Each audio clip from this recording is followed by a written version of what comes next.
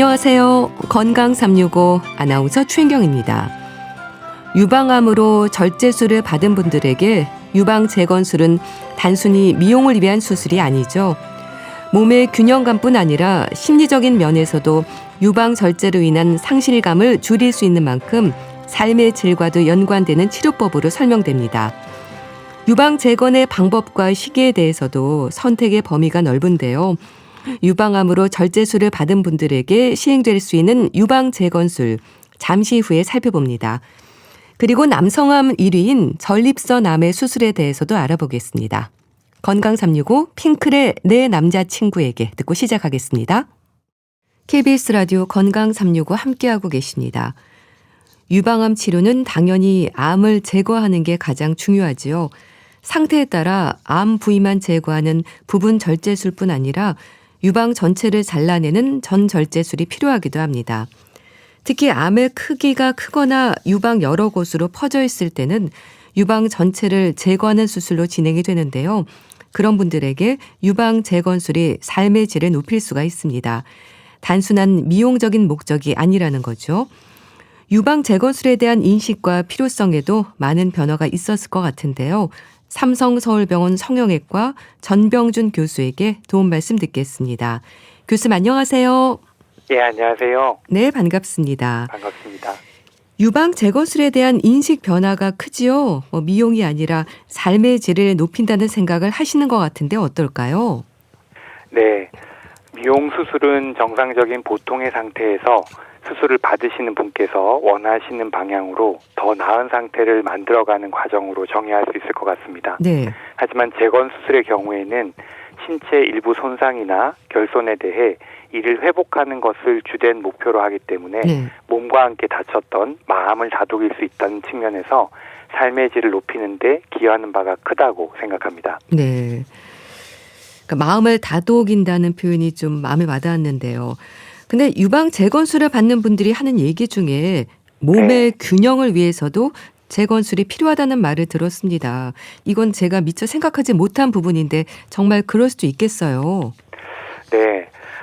우리들은 자신의 신체에 대해 항상 의식하고 있지는 않을 수도 있을 것 같습니다. 네. 하지만 이제 결손이 발생하여 균형이 깨어지면 그때 이전에 균형이 있었음을 알게 되기도 하죠.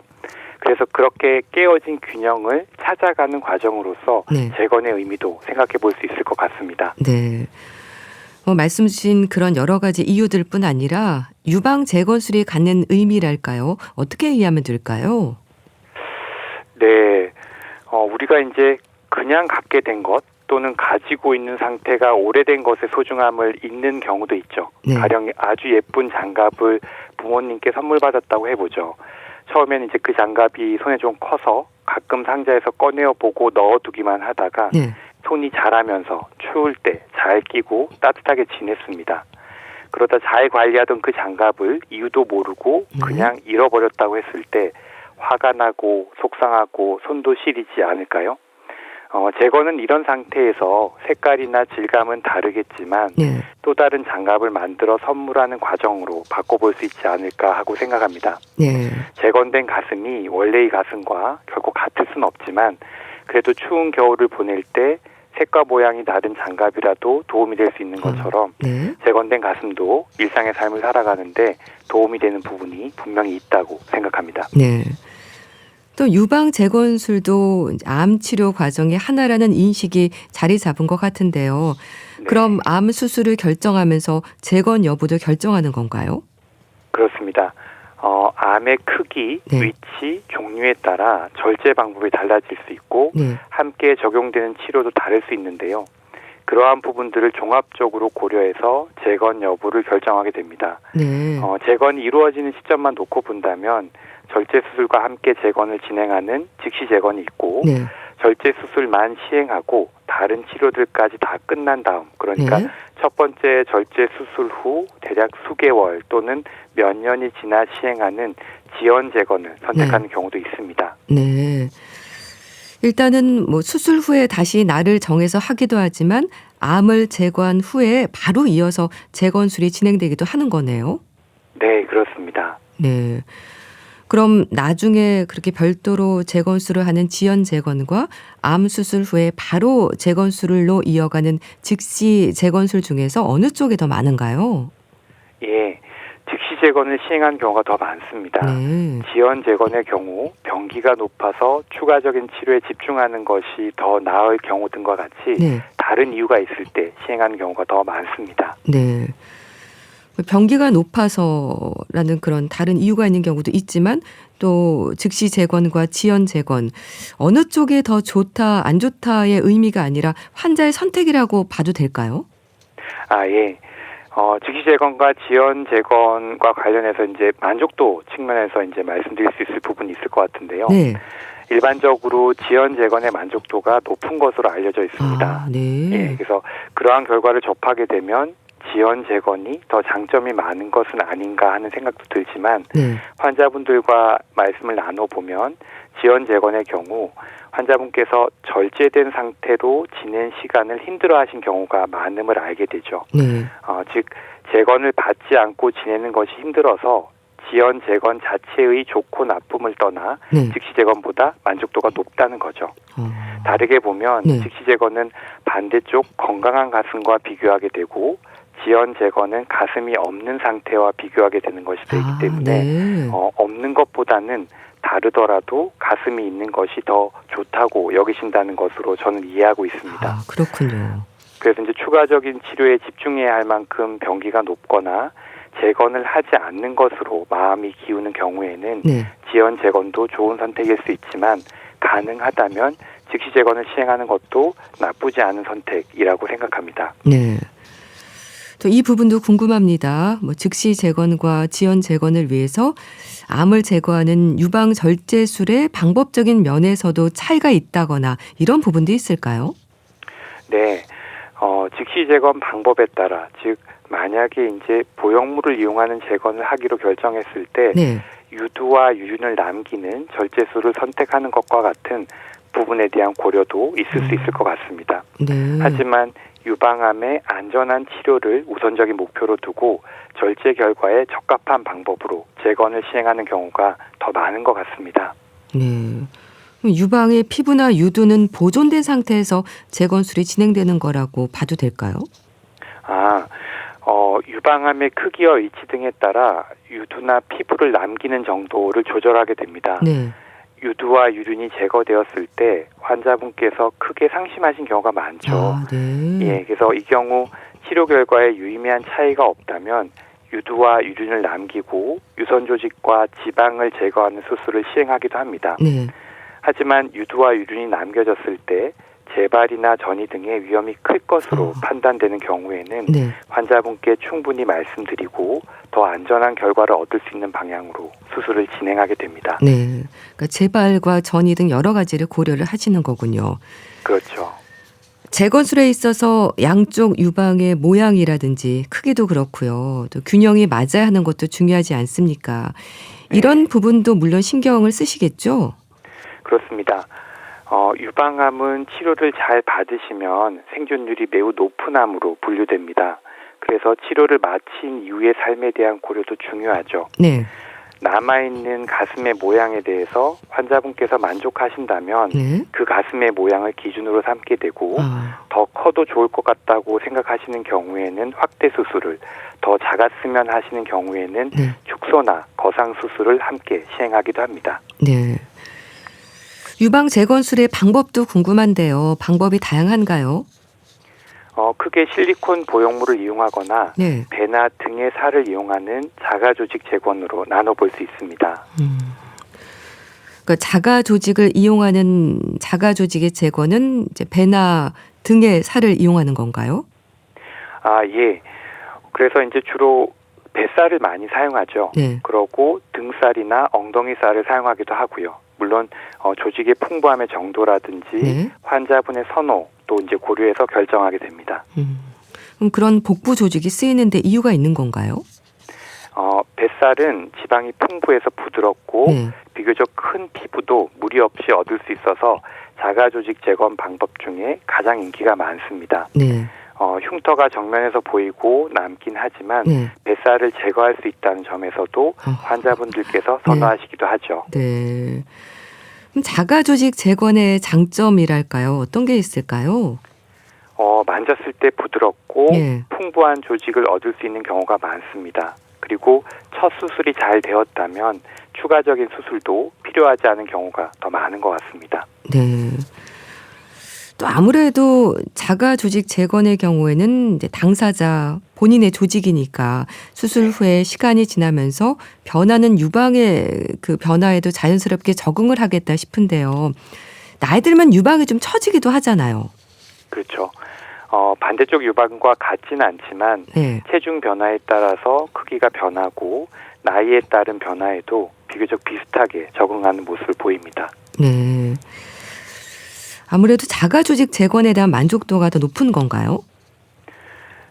상황에 따라 다른 것 같습니다. 일단은 어떤 경우에는 자가 조직을 강력하게 원하시기도 하지만 네. 또 어떤 경우에는 보형물만으로도 충분히 만족하시는 경우가 있고 처음에 보형물 또는 자가 조직을 선택할 때 본인의 몸에 대한 자체에 대한 어떤 이미지에 대해서 만족도에 따라서도 자가 조직을 선택하시거나 보형물을 선택하시는 어떤 경향성의 차이를 보이기도 해서요. 그냥 어떤 수술 하나가 어떤 수술보다 더 만족도가 높고 어떤 수술이 어떤 수술보다 더 좋다고 일관되게 말씀드리기엔 조금 어려운 점이 있을 것 같습니다. 네.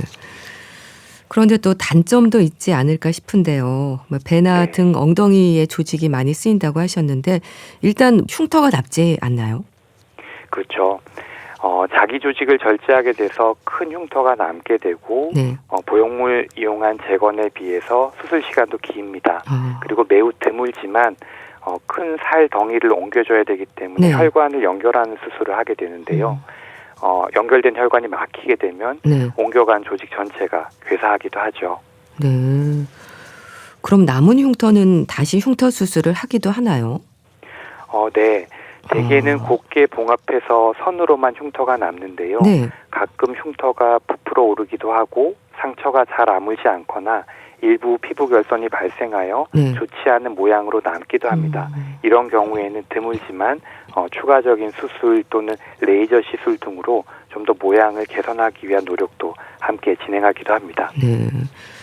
또 아무래도 수술 시간이 길어서 환자의 몸 상태라든지 고려되는 부분도 있지 않을까 싶은데 어떨까요?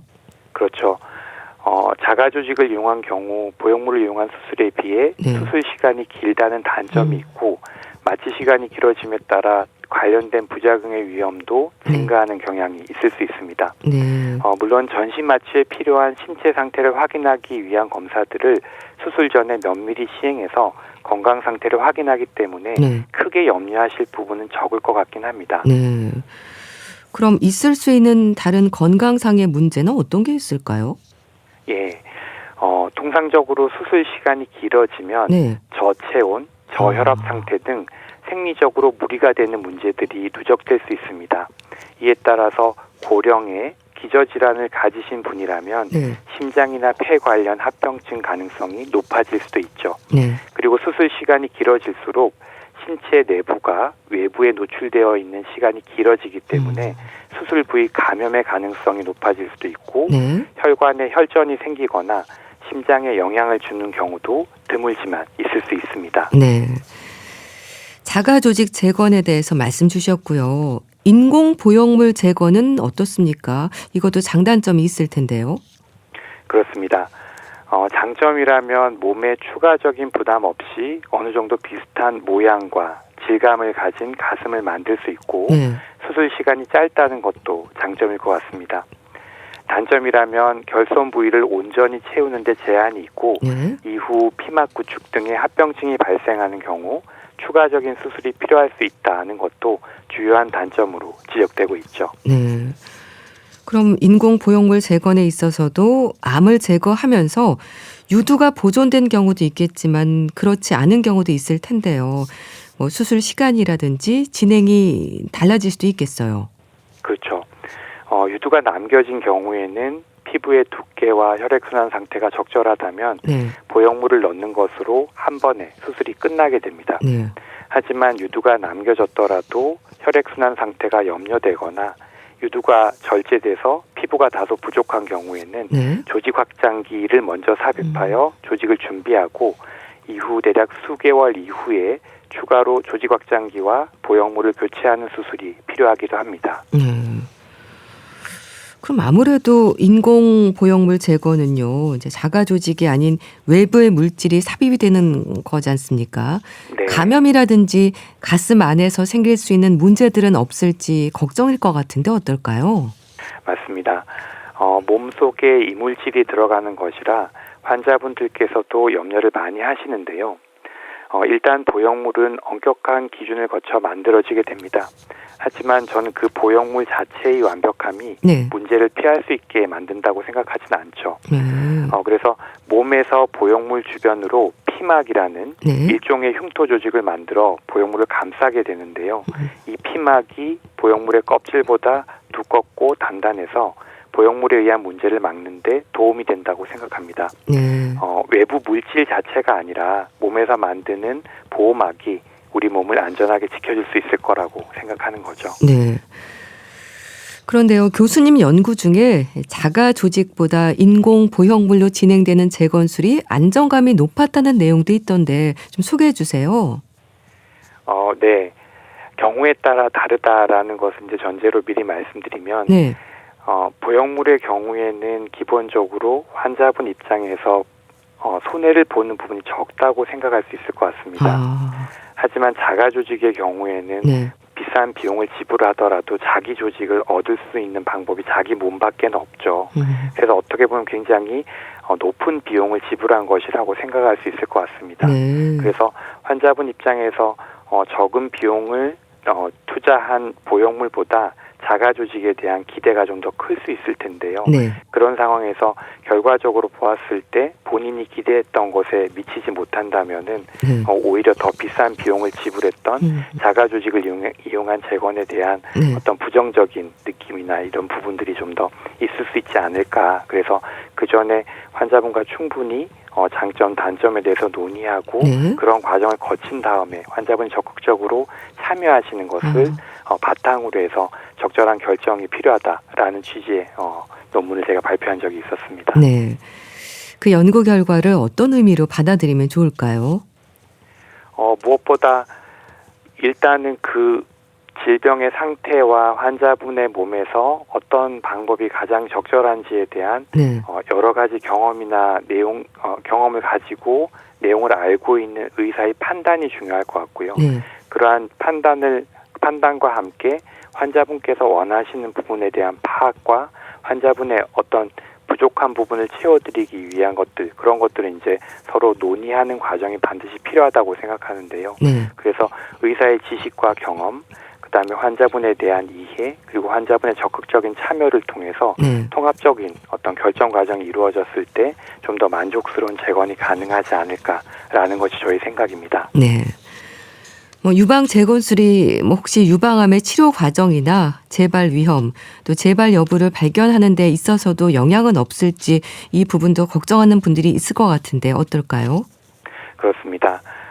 암으로 절제술을 받고 재건을 받게 되는 것이다 보니 이후 이루어지는 변화나 그 과정에 대해서 염려하시는 경우가 많은데요. 네. 아직까지 모든 내용들이 다 알려진 것은 아니지만 알려진 범위 내에서 살펴보면 유방암 절제술 후 받으시게 되는 재건 수술은 그 효과와 한계 등이 비교적 잘 알려져 있는 수술 방법입니다. 네. 그래서 유방암에 대해 이해하고 다른 여러 과들과 긴밀하게 소통하는 진료 환경을 갖춘 병원에서 네. 재건 수술을 받으신다면 재건 수술이 유방암에 미치는 부정적인 영향에 대한 염려 없이 치료를 잘 받으실 수 있고 이후의 삶도 만족스럽게 이어가실 수 있을 것이라고 생각합니다. 네. 유방 재건술을 받은 분들이 일상에서 지켜야 하는 부분들도 좀 짚어주세요. 평소에 이제 외래나 회진을 돌 때 환자분들께서 질문해 주시는 부분들, 그리고 저의 생각을 조금 더하면 네. 크게 한 3가지 정도를 말씀드릴 수 있을 것 같습니다. 네. 먼저 유방암에 대해 많은 것이 알려져 있지만 아직까지 모르는 부분도 많은 것 같은데요. 하지만 알코올 섭취가 유방암의 발병에 영향이 있을 수 있다는 것은 잘 알려져 있죠. 그래서 가능하다면 네. 술을 줄이거나 삼가시면 좋을 것 같습니다. 두 번째는 운동인데요. 네. 운동은 유방암을 예방하는데 도움이 되는 것으로 잘 알려져 있습니다. 네. 그래서 상황에 맞게 적절하게 운동하시면 좋을 것 같습니다. 유산소 운동과 근력 운동 모두 함께 해주시면 좋을 것 같고요. 네. 마지막으로 마음과 관련된 부분인데요. 네. 저는 환자분들께서 스스로를 괴롭히시지 않으려는 태도가 꼭 필요하다고 생각합니다. 네. 네. 뭔가 잘못해서 유방암에 걸리는 경우는 거의 없을 것 같아요. 따라서 스스로의 마음을 잘 다독이고 네. 병으로 지친 몸과 마음을 아끼고 사랑하는 자세를 잃지 않으셨으면 좋겠습니다.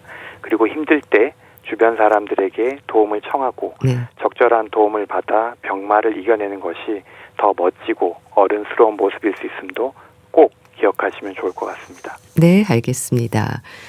자, 오늘은 유방암으로 절제술을 받은 분들에게 시행될 수 있는 유방 재건술에 대해서 자세히 알아봤는데요. 삼성서울병원 성형외과 전병준 교수와 함께했습니다. 감사합니다. 네, 고맙습니다. KBS 라디오 건강 365 함께하고 계신데요. 조성모의 To Heaven 듣고 다시 오겠습니다. KBS 라디오 건강 365 함께하고 계십니다. 국내 남성암 1위가 전립선 암입니다. 폐암을 제치고 가장 많이 발생한 암으로 나타났는데요. 비교적 젊은 층에서도 전립선 암의 위험이 지적이 되고 있어서 남성들에게 큰 부담으로 자리하고 있습니다. 이유가 뭘까요? 또 전립선 암의 치료에서 로봇 수술로 진행되는 경우가 많은데요. 그만큼 로봇 수술이 갖는 장점이 많은 걸까요? 중앙대학교 광명병원 비뇨의학과 최중원 교수에게 도움 말씀 듣겠습니다. 교수님 안녕하세요. 예, 안녕하십니까. 네. 네, 반갑습니다. 남성암 1위가 전립선 암입니다. 근데 또 발병 연령대도 낮아지고 있는 것 같은데요. 이렇게 발생률 1위, 그리고 젊은 층도 방심할 수 없는 전립선 암의 위험, 이유가 뭘까요? 전립선암은 올해 중앙암 등록본부에 따르면은 이제 한 해 22,000명 이상이 발생해서 고 2023년 남성암 중 가장 많이 발생한 암으로 이렇게 밝혀졌습니다. 네. 예, 이는 미국하고 일본에서도 같은 현상으로 미국에서는 80년대부터 이미 남성암 1위 암이었는데 이거는 대표적으로 이제 할아버지 암이라고 불릴 정도로 네. 노인에게서 많이 발생하는 암이고 뭐 유제품이나 고지방식 같은 식사도 영향을 주는 걸로 이렇게 알려져 있습니다. 네. 가족력도 문제가 될까요? 가족력이 매우 중요한 암 중에 하나고요. 네. 뭐 아버지께서 전립선암이거나 형제 중에 전립선 환자가 있는 경우에는 뭐 일반인에 비해 2배에서 4배까지 본인의 암 발생이 높은 것으로 알려져 있습니다. 네. 그런데요, 이 대부분의 암이 그런 것처럼 전립선 암도 초기 증상은 없다고 해도 혈액 검사만 해보면 알 수 있지 않습니까? 그렇죠. 그 전립선암은 비교적 정확하게 볼 수 있는 PSA라는 혈액 검사가 있어서 네. 검사가 간편한 암 중에 하나이고요. 이런 PSA 전립선 특이학원 검사가 전립선 건강의 어떤 신호등 같은 혈액 검사인데요. 네. 요거가 수치가 높다고 무조건 암은 아니지만 높으면 암일 확률이 높아지기 때문에 그럴 땐 MRI 검사 같은 걸 추가로 해서 네. 뭐 조직 검사까지 진행하기도 합니다. 네. 요즘은 남성들에게는 말씀 주신 PSA 수치가 좀 익숙할 것 같습니다. 그런데 반면에 의외로 무심한 분들도 많다고 들었어요. 그렇죠. 그 남성들에게 PSA 수치는 매우 중요하고 네. 남자들한테 가장 많이 생기는 암이니까 관리를 꼭 해야 될 텐데 의외로 검진을 소홀히 하는 경우가 있습니다. 이유는 국가 암검진에 아직 PSA가 포함되어 있지 않기 때문인데요. 네. 가격이 비싼 검사도 아니고 어쨌든 가장 많이 발생하는 암이기 때문에 이거는 꼭 확인을 해보는 게 좋은 검사가 되겠습니다. 네. 그 앞서 PSA 수치가 높다고 해서 모두 전립선 암인 건 아니라고 말씀하셨는데 그래도 수치가 높게 나오면 확인을 위해서 전립선 조직 검사라는 걸 하게 되는 건가요? PSA 수치가 높다고 해서 모두 전립선암은 아니고요. 네. 수치가 특히 10 미만의 경우에는 암 여부를 확인하기 위해서 뭐 먼저 초음파 검사 그리고 초음파 검사에서 의심 부분이 있을 경우에는 네. MRI 및 조직 검사로 진행을 하는 게 일반적입니다. 네. 조직 검사를 위해서 진행이 되는 전립선 MRI는 조금 생소한데요. 이건 어떤 효과가 있는 건가요? 전립선 MRI는 그 암 의심 부위를 정확하게 파악하는데 네. 굉장히 큰 효과가 있습니다. 초음파에서 보이지 않는 병변을 볼 수도 있고 네. 초음파만 해서 시행하는 조직 검사 대비 10% 이상 암 검출률이 높아지는 것으로 알려져 있습니다. 네. 그러니까 암 의심 부위를 정확히 파악하는 데 효과가 있다고 하셨는데 암을 정확히 찾아낼 수 있는 거네요. 그럼 PSA 검사 이후의 진단 과정도 여러 가지인가 보죠? 그렇죠. 이제 PSA 수치의 어떤 절대값을 보기도 하지만은 네. 요게 1년에 얼마 이상씩 오르는지도 중요하고요. 아. 보통 0.75 이상 오르면 요건 암이 특히 좀 의심해 봐야 되는 상황이고 네. 뭐 환자분이 만성 전립선염 등이 있었으면은 기본 수치가 높기 때문에 이럴 때는 MRI만 먼저 보기도 하고 네. 아니면은 PHI라고 해서 다른 보조적으로 볼 수 있는 혈액 검사를 같이 보기도 하고요. 네. 환자 맞춤형으로 그 상황이나 절선 크기에 따른 판단이 중요하다고 볼 수 있습니다. 네. 아무래도 전립선 암도 진행된 상태에서 발견되는 게 문제일 텐데요. 특히 전립선 암은 뼈로 전이가 될 위험이 있다고 들었습니다. 왜 그런 건가요? 그 전립선 암은 대표적으로 뼈로 전이를 잘하는 암입니다. 네. 그 특히 척추뼈로 잘 진행이 되는 걸로 알려져 있고요. 네. 이는 전립선의 위치 자체가 그런 정맥이 바로 척추 정맥과 연결이 되어 있고 또 뼈 내부에서 전립선 암세포가 이제 생존을 굉장히 잘하는 특징이 있는 것으로 보고가 되고 있습니다. 네. 그러니까 척추뼈로 잘 진행이 된다고 하셨는데 그럼 척추 질환으로 검사를 하다가 전립선 암을 알게 되는 경우도 있다고 하던데요. 그런가요? 맞습니다. 대부분 이제 환자분이 모르고 계시다가 네. 극심한 허리 통증이 발생하거나 뭐 척추 압박골절로 걷지를 못해서 정형외과나 신경외과를 가서 검사해봤더니 이제 많이 진행된 전립선암인 경우가 종종 있습니다. 네. 그 현장에서 이제 많이 종종 이제 보는 환자분이고요. 네. 대부분 이제 전신 골전이가 있거나 네. 그렇게 해서 처음 발견되는 분들이 있습니다. 그러니까 그렇게 뼈로 전이가 되면 환자들이 겪는 통증이나 불편이 클 수밖에 없겠다 싶은데요. 뼈가 부러지거나 할까봐 불안할 수도 있을 것 같습니다. 그렇죠. 그 뼈로 전이되면 통증도 아주 심하고 네. 보행장애가 생기는 경우도 많고요. 당연히 이제 골절에 대한 불안감도 심하고 다만 이제 전립선암 호르몬 치료의 반응이 아주 좋기 때문에 네. 치료를 시작하면은 통증은 되게 많이 줄어드는 편이고 네. 요즘은 골절 예방을 위한 이런 주사 치료도 있어서 네. 되게 그러한 치료를 병행하게 됩니다. 네. 네. 그러니까 전립선암이 그렇게 전이 상태로 이어지기 전에 초기에 진단이 되는 게 중요할 텐데요. 그럼 수술로 완치를 기대할 수 있는 건 병기로 보면 어느 정도의 상태인가요? 전립선암은 1기는 사실 잘 없습니다. 굉장히 특수한 경우이고 네. 2기가 초기라고 보시면 되는데요. 그 2기는 전립선의 안쪽에만 암이 자라있는 경우여서 네.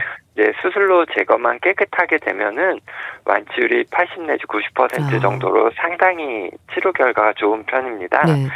근데 3기의 경우부터는 피막을 뚫고 암이 밖으로 자라나온 경우인데 이럴 때는 수술로 제거해도 골반부에 미세하게 잔존암이 남는 경우가 있어서 추가 치료가 필요한 경우가 있고 3기여도 네. 완치율은 뭐 70% 정도로 알려져 있는데 네. 뭐 최종적으로 10분 중 3분 정도는 추가 치료를 조금 받아야 되는 그런 정도라고 보시면 되겠습니다. 네. 그러니까 이제 초기일 때 다른 장기로 암이 퍼지지 않은 상태일 때 수술이 효과적이라는 거죠. 그렇죠. 그 전립선암은 네. 뭐 다른 암 어떤 치료보다도 네. 수술이 가장 완치율이 높기 때문에 뭐 환자분 컨디션만 괜찮으면 뭐 수술로 이렇게 완치를 하는 게 좋고 네. 전립선 자체가 뭐 남성의 어떤 사정과 관련된 기관인데 뭐 노인분들은 사실 그런데 아주 크게 뭐 자녀를 갖거나 그럴 계획이 아니라면은 네. 사실 보통은 수술을 권해드리고 있습니다. 네. 이 전립선암의 수술에서 로봇 수술로 진행이 되는 경우가 많잖아요. 장점이 많은가요? 전립선암은 로봇 수술이 만들어진 이유입니다. 사실 로봇 자체가 전립선암 수술을 위해 처음 개발이 됐고, 네. 그래서 정교한 수술이 가능해 장점이 많고요. 그 전립선 자체가 골반의 가장 깊은 곳에 위치한 장기입니다. 네. 그래서 좁은 골반 안에서 복강경으로 하는 것 자체가 제한점이 많습니다. 그렇겠죠. 그래서 로봇 자체가 그런 좁은 공간에서 정교하게 수술하도록 개발된 장기이기 때문에 네. 결과한 면에서 훨씬 섬세하게 수술이 가능합니다. 네. 그러니까 해상도도 높고 또 로봇팔을 이용해서 복잡한 부분까지도 들어가고 의료진의 입장에서도 한결 수월하시겠어요.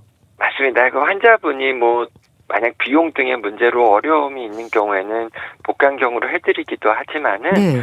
로봇 수술이 가지는 확실한 그 좁은 공간에서 골반 신경을 충분히 이제 시야 확보하면서 방해하고 네. 요도도 정교하게 문합할 수 있는 장점이 있어서 특히 증상 관련해서는 로봇 수술이 대부분 훨씬 좋다고 보시면 됩니다. 네. 그 전립선 암의 경우에는 이제 수술로 완치율이 높다고 말씀하셨는데요. 전립선 암 진단을 받고 수술이 가능한 상태라면 다행일 텐데 수술 후에 또 요실금의 위험이 높다는 말도 하지 않습니까? 그런데 수술 방법에 따라서는 요실금을 줄일 수도 있다면서요? 맞습니다. 걱정을 사실 많이 하시는데요. 그러시군요.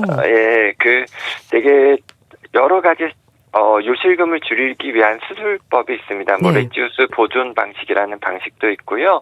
저희 경우는 이제 환자분의 빠른 회복을 위해서 그 최대 방광경부 보존술이라고 해서 네. 방광과 절선 연결 부위를 90% 이상 정확하게 살리는 방법을 특히 중요하게 시행하고 있고요. 네. 또한 요도 수술 후에 요도와 주변 조직이 아래쪽으로 처지지 않도록 앞면과 뒷면에 이제 고정해준 전방 고정술, 후방 고정술 등 이런 요실금 방지 술식을 다 적용해드리고 있는데요. 네.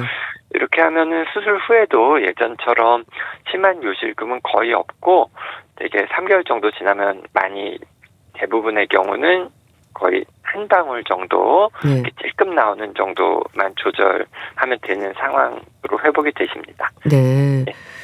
좀 요실금을 줄여줄 수 있는 수술 방법 말씀하셨는데요. 그 수술법의 방법은 어떤 차이가 있는 건가요? 좀 복잡하고 어려운 건가요?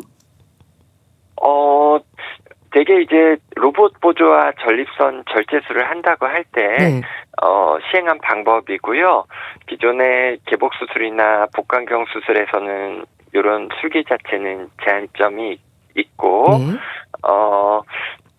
일단 떼는 과정 자체는 동일한데 네. 일반 구조물을 얼마만큼 섬세하게 보존하고 이제 제거한 이후에 원래 구조물들을 최대한 원래 위치에 고정해주는 그러한 술식 면에서 차이가 있고 떼는 과정 자체는 거의 동일하다고 볼 수 있습니다. 네.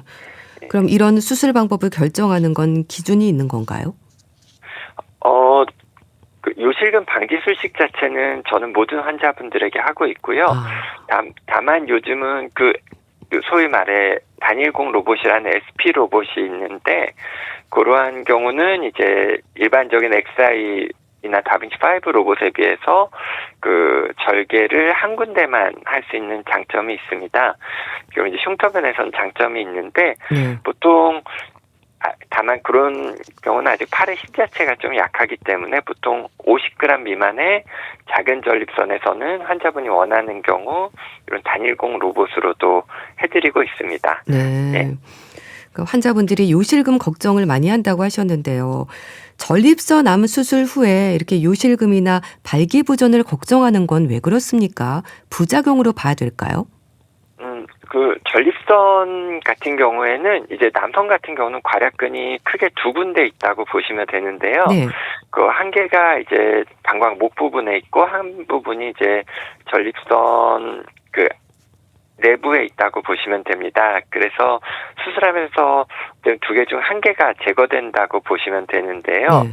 그래서 아무래도 이런 수도꼭지가 두 개였다 한 개로 줄기 때문에 요실금이 처음에 생기게 됩니다. 네. 근데 어쨌든 정상 구조를 최대한 보존하는 게 중요하겠고, 그 발기부전 같은 경우는 이제 음경으로 가는 신경이나 혈관이 그 전립선이 바로 그 윗부분에 있기 때문에 일부는 제거 과정에 필연적으로 혈관을 묶고 신경도 최대한 보존하지만 일부는 제거가 되기 때문에 네. 어쩔 수 없이 음경의 그런 혈류량 저하와 신경 손상의 문제로 생기는 증상으로 보시면 됩니다. 네. 네. 뭐 전립선암은 이제 수술로 효과가 좋은 만큼 수술로 완치를 기대할 수 있는 상태에서 발견되고 치료가 이어지면 더없이 좋겠지만요. 병기가 초기를 넘어섰거나 전이 된 상태에서 진단되기도 하잖아요. 이런 경우에는 어떤 치료들이 있나요? 일단은 암이 전이가 되더라도 요즘은 5개 이하의 미세전이성 전립선암은 수술적 치료를 하고 전신 약물 치료하는 게 환자분 예후나 이런 게 훨씬 좋다고 되어 있어서 네. 전이병변이 적으면은 수술적 치료도 적극적으로 시행해 볼 수가 있고요. 네. 또한 이제 뼈 등으로 이미 전이가 많이 되었다면 네. 대개는 요즘은 2세대 호르몬 제제라고 해서 기존의 호르몬 제제보다 더 좋은 치료약제들이 많이 나왔습니다. 네. 그러한 2세대 호르몬 치료와 방사선 치료 등을 이렇게 병합해서 하게 되고요. 뭐 전이암이라고 하더라도 네. 워낙 미국에서 가장 이제 흔한 암이기 때문에 치료제가 굉장히 소위 좋은 약들이 많이 나와 있어서 네. 치료는 비교적 편하게 받을 수 있는 암이라고 보시면 되겠습니다. 네. 뭐 2세대 호르몬 제제도 말씀하셨고 치료제가 많이 나와 있다고 하셨는데 그 약제라든지 치료 옵션이 많은 편이라고 봐도 될까요? 그렇죠. 일단은 항암제로만 치료를 해야 되는 암이 있는데, 네. 이런 전립선암은 남성암 중에 유일하게 이제 호르몬 치료에 반응이 좋은 암이어서, 보통의 경우는 호르몬 치료로 먼저 시작을 하다가, 네. 내성이 생기면 항암제로 변경하고, 그 후에 다시 2차 호르몬제로 변경하고, 이렇게 여러 가지 치료 방법이 있고, 여러 치료 약제가 있는 그런 암이 되겠습니다. 네, 알겠습니다. 자, 오늘은 전립선암의 진단과 수술적 치료에 대해서 자세히 알아봤는데요. 중앙대학교 광명병원 비뇨의학과 최중원 교수와 함께했습니다. 말씀 감사합니다. 감사합니다. 이상은의 비밀의 화원 보내드리면서 인사드릴게요. 건강365 아나운서 최인경이었습니다. 고맙습니다.